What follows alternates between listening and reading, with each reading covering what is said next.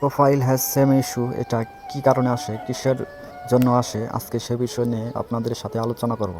Profile has same issue, ফেসবুকে এই মেসেজটা সাধারণত তখনই আসে যখন আপনি কোনো ফিচার ব্যবহার করতে গেলে ফেসবুক মনে করে আপনার প্রোফাইলে আগে থেকেই একই ধরনের সমস্যা বা রুলস ভাঙা হয়েছে।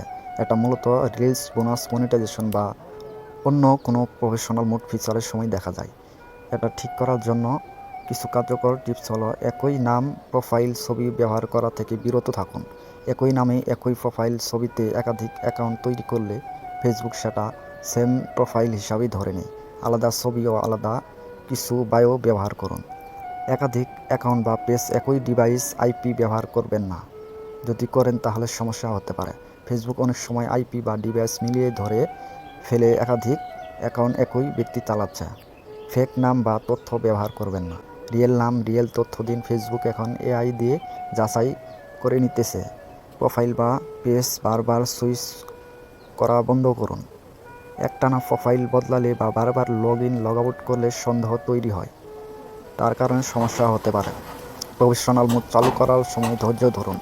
একবার সমস্যা দেখালে সঙ্গে সঙ্গে আবার চেষ্টা করবেন না। 24 থেকে 48 ঘন্টা অপেক্ষা করুন। ফেসবুকে রিপোর্ট করুন। হেল্প সাপোর্ট রিপোর্টে প্রবলেমে গিয়ে আবেদন করুন। Profile has same issue is showing while try to enable professional mode, please review manual. একবার প্রফেশনাল মোড চালু হয়ে থাকলে নতুন আইডিতে আবার চালু করা যাবে না। তার জন্য সমস্যা হতে পারে। একটি আইডি বা ফোন নম্বর দিয়ে একাধিকবার প্রফেশনাল মোড চালালে সমস্যা হতে পারে। তার জন্য সাবধান থাকুন এবং ভিডিওটি দেখার জন্য অসংখ্য ধন্যবাদ।